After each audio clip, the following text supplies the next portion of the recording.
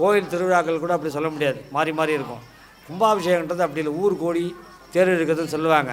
ஆனால் ஊர் எல்லாருமே சேர்ந்தா மட்டும். இன்றைக்கெல்லாம் காசு கொடுத்து போய் கடையில் வாங்கிட்டு வரோம், நமக்கு தெரியல. அப்போல்லாம் என்ன பண்ணோம், சட்டி பானை வேணும்னா உள்ளூரில் யார் கொயவரப்பா கூடுப்பா, 500 சொம்பு வேணும் ரெடி பண்ணுப்பா, இன்னொரு நெய்யறவங்க இருந்தாங்கன்னா அப்பா இப்போ இத்தனை வேட்டி வேணும் நெஞ்சு கொடுப்பா, இத்தனை தேங்காய் வேணும், தேங்காய் தோப்புக்கார தேங்காய் கூட மரம் ஏறி இறங்கி கடைசி கட்டமாக அந்த கும்பாபிஷேகத்தில் உட்காரவங்க வந்து சேவ் பண்ணி வந்து உட்காரணும். அவங்களுக்கும் வேலை இருக்குது, மரபருக்கும் அன்றைக்கி வேலை இருக்குது. அப்போ அது மாதிரி ஒரு தொழில் பாக்கி இல்லாமல் அத்தனை தொழில் காலங்களும் கை கூட்டினா மட்டும்தான் ஒரு கோயில் கும்பாபிஷேகம் நடக்கும். அப்படிங்கிற வகையில் இன்றைக்கெல்லாம் நம்ம இங்கே எங்கே போனால் பணத்தை கொடுக்குறோம், வாங்கிக்கிறோம், ஜிபே பண்ண வாங்கிக்கிறோம், ஃபோன் பண்ணால் வந்துடுறாங்கன்றதால நமக்கு அது வேல்யூ தெரியல. ஆனால் எப்படி வாங்கினாலும் ஒருத்தர் செஞ்சு தான் வரணும் இல்லையா? யாரோ ஒருத்தர் வந்து அவங்க ஏதோ யாருன்னு தெரியாமல் இருக்கலாம். இப்போ இந்த ஹோம திரவியங்களாம் இங்கே நம்ம வச்சுருக்கோம், ஒரு இடத்துல காசு கொடுத்து பொருளை வாங்கிடுறோம். இதை யாரோ ஒருத்தர் ஊரில் ஏதோ ஒரு இடத்துல விளைவிச்சு அவங்க மெனக்கெட்டு செஞ்சு அனுப்பிச்சா தான் கடைக்கு போய் நம்ம காசு கொடுத்து வாங்க முடியும். அவங்க பேசாமல் உட்காந்துருந்தா நமக்கு பொருள் கிடைக்காது. அப்போ வந்து எல்லோரும் அவங்கவுங்களால் முடிஞ்ச ஆக்டிவ்னஸை பண்ணிட்டு தான் இருக்காங்க. எல்லாருடைய கைகோர்த்தலையும் தான் இந்த கும்பாபிஷேகம்ன்ற விழா பெருசாக நடக்குது. கோயில் கட்டிட்டோம், கும்பாபிஷேகம் பண்ணுறோம், நாளைக்கு ஒரு குழந்தை பிறந்து செல்வ விநாயகர்னு பேர் வச்சாச்சு. நாளைக்கு தான் இப்போது 3வது போகும்போது பேர் வச்சுருவாங்க. அப்போ அந்த செல்வ விநாயகர் நாளைக்கு தான் பிறக்கிறார். நாளையிலேருந்து ஒரு குழந்தையாக அவங்கள்ட்ட மாறுறார். அதை நீங்கள் வந்து பத்திரமா பார்த்துக்கணும். எப்படி பார்த்துக்கணும்னா டெய்லி தொடர்பு, டெய்லி வந்து நல்லா இருக்கீங்களா பிள்ளையாரே கேட்டுட்டு போங்க. நமக்கு என்ன செய்யணும்னு அவருக்கு தெரியும். நீங்கள் போயிட்டு எனக்கு புத்திசாலித்தனமாக எனக்கு இது வேணும் அது வேணும்னு கேட்டிங்கன்னா இன்றைக்கி நீங்கள் வேணும்னு கேட்குற விஷயத்தினால நாளைக்கு உங்களுக்கு பிரச்சனை வரலாம். இன்றைக்கி தேவையாக இருக்கும், நாளைக்கு அது தேவையில்லாத பிரச்சனையாக இருக்கும். அதனால் அந்த போய் அவர்கிட்ட போய் அப்ளிகேஷனே வைக்கக்கூடாது. போனோமா எல்லோரும் நல்லா இருக்கட்டும்பா, நீ நல்லா இருக்கியா பிள்ளையாருன்னு கேட்டு வந்தோம்னா அதுதான் வந்து ஒரிஜினாலிட்டி இருக்கும். அந்த மாதிரி நீங்கள் ஒரு வருஷம் ட்ரையலில் பண்ணி பாருங்கள். நீங்கள் எப்படி ஆகுறீங்க, உங்கள் குடும்பம் எப்படி ஆகுது, நீங்கள் சொன்னால் பெரியவங்களோ ஸ்கில்லவங்களோ கேட்குறாங்களா இல்லையா அப்படிங்கிறதான் தெரியும். இதெல்லாம் நடக்கும். நீங்கள் சொன்னால் மேலே இருக்கவங்களும் கேட்டுப்பாங்க, கீழே இருக்கவங்களும் கேட்டுப்பாங்க, பக்கத்து வீட்டுகளும் கேட்டுப்பாங்க. நம்ம நடத்தை கரெக்டாக இருந்தனா வித்யா ததாதி வினயம் வினயாத் ததாதி பாத்திரதாம் பாத்திரத்வாத் தனமாப்னோதி தனாத் தர்ம ததஸ்ருகம்னு ஒரு ஸ்லோகம். இது என்னென்னா, ஒருத்தனுக்கு ஒரு படிப்பு இருக்குன்னா வித்யா ததாதி வினயம், அந்த படிப்பு அவனுக்கு என்ன கொடுக்கும்னா பண்பை கொடுக்குமா. பண்பு ஒருத்தனுக்கு வந்திருந்தால் தான் அவன் படிச்சிருக்கான்னு அர்த்தம். இல்லைன்னி காசு கொடுத்து பட்டம் வாங்கியிருக்கான்னு அர்த்தம். படிக்கலை, படிச்சிருந்தா பண்பு வந்துடும். வித்யா ததாதி வினயம் வினயாத் ததாதி பாத்திரதாம்னா, பாத்திரம்னா ஏற்கனவே முதல்ல பேசுகிறோம். எல்லாம் நம்ம சுற்றி இருக்கிற பாத்திரங்களாக சுத்தமாக இருந்தால் தான் நம்ம நல்லா பாலாக இருக்க முடியும்னு சொன்னோம் இல்லையா? அது மாதிரி இந்த பாத்திரம்னா நம்மளுக்கு மேலே இருக்கவங்கப்பா இவன் நல்ல பையன்ப்பா, நல்ல கேரக்டர், நல்ல பொண்ணுப்பா, இவனுக்கு வேலையை கொடுக்கலாம், இல்லை இவனுக்கு இந்த பையனை கொடுக்கலாம், நம்பி கொடுக்கலாம்ப்பா அப்படின்னு நம்மளை மேலே இருக்கவங்களாம் நம்மளை கை காட்டுறாங்க. எப்போ காட்டுவாங்கன்னா நம்மள்கிட்ட பண்போடு நாம் இருந்திருந்தாலும், படிச்சிருந்தா பண்பு வந்திருக்கும், பண்போடு இருந்திருந்தால் நம்ம நல்ல பாத்திரமாக காட்டப்படுவோம். சரியா? பாத்திரத்வா அப்படி நீங்கள் நல்ல பாத்திரமாக இருந்துட்டிங்கன்னா உங்களுக்கு தேவையான செல்வங்கள் ஃபுல்லாக உங்கள்கிட்ட வந்து உட்காரும். நீங்கள் எதை தேடி போக வேண்டாம். பாத்திரத்வா தனமாப்னோதி தனாத் தர்ம ததசுகம். அந்த பணத்தை வச்சுட்டு நல்ல விஷயங்களை பண்ணிட்டு அதன் மூலமாக சந்தோஷம் அடையலாம் அப்படின்னு இந்த ஸ்லோகம் அர்த்தம் சொல்லும். என்ன அப்போ என்ன பண்ணோம், நம்ம படிப்பினைங்கிறது ஸ்கூலில் போய் படிச்சிருக்கணுன்ற அவசியம் இல்லைம்மா. எங்கே வேணாலும் படிக்கலாம். இன்றைக்கி ஒரு விஷயத்தை தப்பு பண்ணிட்டோம், அதுலேருந்து ஒரு விஷயத்தை நம்ம தெரிஞ்சுக்கிறோன்னா அது ஒரு படிப்பினை தான். என்ன படிப்புக்கு ஒரு காலம் சொல்லுவாங்க.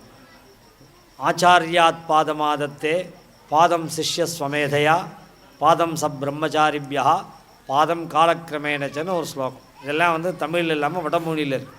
இது என்ன சொல்கிறாங்கன்னா, நீங்கள் எத்தனை விதமான படிப்பை எத்தனை விதமான வாத்தியார்கள்ட்ட போய் படித்தாலுமே நம்மளுடைய அறிவில் கால் பகுதி தான் வாத்தியார்கிட்டேருந்து நமக்கு வரும்.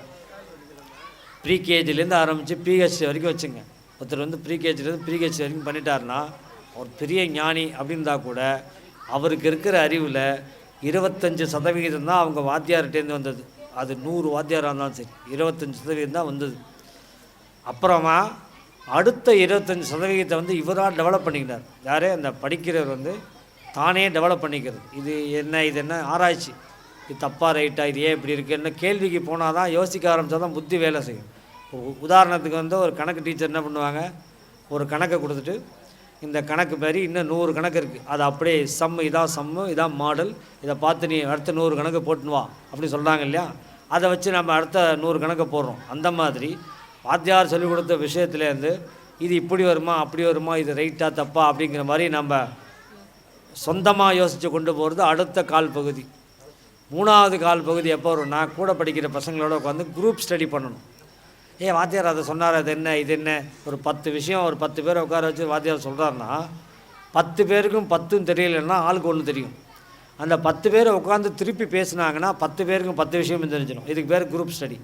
அப்போ அந்த மாதிரி குரூப் ஸ்டடினால், அதாவது சுற்றி குரூப், நான் சொல்கிறது பள்ளிக்கூட வாழ்க்கை மட்டும் இல்லை, கல்யாணம் பண்ணி வந்த மருமகள் கூட வச்சுங்க, பெரிய ஒரு படி சின்ன ஒரு படி அப்படின்னு வச்சா கூட, நீ என்ன பண்ண, எனக்கு இப்படி நடந்து, என்கிட்ட இப்படி சொன்னாங்க, அதுக்காக தான் அர்த்தமானு பேசினாலும் படிப்பினை தான். அப்போ 3வது கால் பகுதி அப்போ வரும். 4வது கால் பகுதி எப்போ வரும்னா சாகிற வரைக்கும் வரும். ஏன்னா 4வது படிப்பினை நம்ம காலம்தான் தெரிஞ்சுப்போம். காலம்தான் நமக்கு பதில் சொல்லணும், கற்றுக் கொடுக்கும். அப்போ நம்ம ஒரு கார் ஓட்ட கற்றுக்குறோம். கார் ஓட்ட கற்றுனா என்ன சொல்லிக் கொடுப்பாங்க? பொசிஷனில் உட்காருங்கம்பாங்க, ஸ்டேரிங் எப்படி பிடிக்கணும்னு சொல்லிக் கொடுப்பாங்க, ஸ்டார்ட் பண்ணு சொல்லிக் கொடுப்பாங்க, கிளச்சை போடுறத சொல்லிக் கொடுப்பாங்க, கியர் போடுறத சொல்லிக் கொடுப்பாங்க, நேராக பார்த்து ஓட்டு. இவ்வளோ தான் டிரைவிங்க்கு டீச்சிங், அவ்வளோதான். ஆனால் ரோட்டில் போகும்போது நீ இங்கேருந்து திருச்சி போயிட்டே இருப்பப்பா, நீ ஒரு 100 கிலோமீட்டர் ஸ்பீடில் போவே, ஏத்தாப்பில் ஒரு எருமாடு வரும், சைடில் ஒரு பசுமாடு வரும், இந்த பக்கம் ஒரு லாரி வரும், நீ இப்படி பிரேக் போடணும்னு சொல்லிக் கொடுக்க முடியாது. சொல்லிக் கொடுத்தாலும் அது அங்கே பயன்படாது.